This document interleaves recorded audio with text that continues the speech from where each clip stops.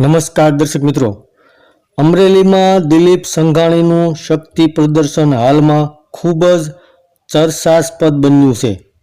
તો ભાજપ પ્રદેશ પ્રમુખ સી.આર. પાટીલના મેન્ડેટને અવગણીને જયેશ રાદડિયા ઇફકોના ડિરેક્ટર પદની ચૂંટણી લડ્યા અને ત્યારબાદ વિજેતા પણ થયા. ત્યાં સુધી જયેશ રાદડિયાને ટેકો આપનાર દિલીપભાઈ સંઘાણીનું આજે અમરેલીમાં શક્તિ પ્રદર્શન યોજાયું હતું. આ શક્તિ પ્રદર્શન આમ તો દિલીપ સંઘાણીના જન્મદિવસ અને દિલીપ સંઘાણી બીજી વખત ચેરમેન બન્યા તેના માટેનો એક શુભેચ્છા સમારંભ પણ હતો.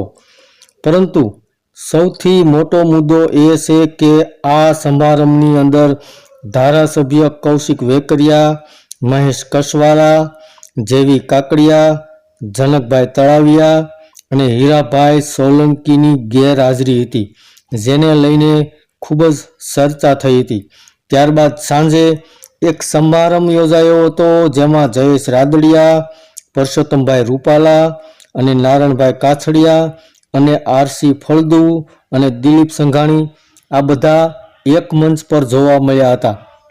તો હાલમાં દિલીપ સંઘાણીના શક્તિ પ્રદર્શનની અંદર ચર્ચા એટલા માટે છે કે અમરેલીના ધારાસભ્યો તમામ ગેરહાજર રહ્યા હતા. આ પણ એક સૌથી મોટો મુદ્દો હતો. તો હાલમાં અમરેલી ભાજપમાં ઉમેદવારોને લઈને પણ હુસાતુસી ચાલી રહી છે. ધન્યવાદ દર્શક મિત્રો.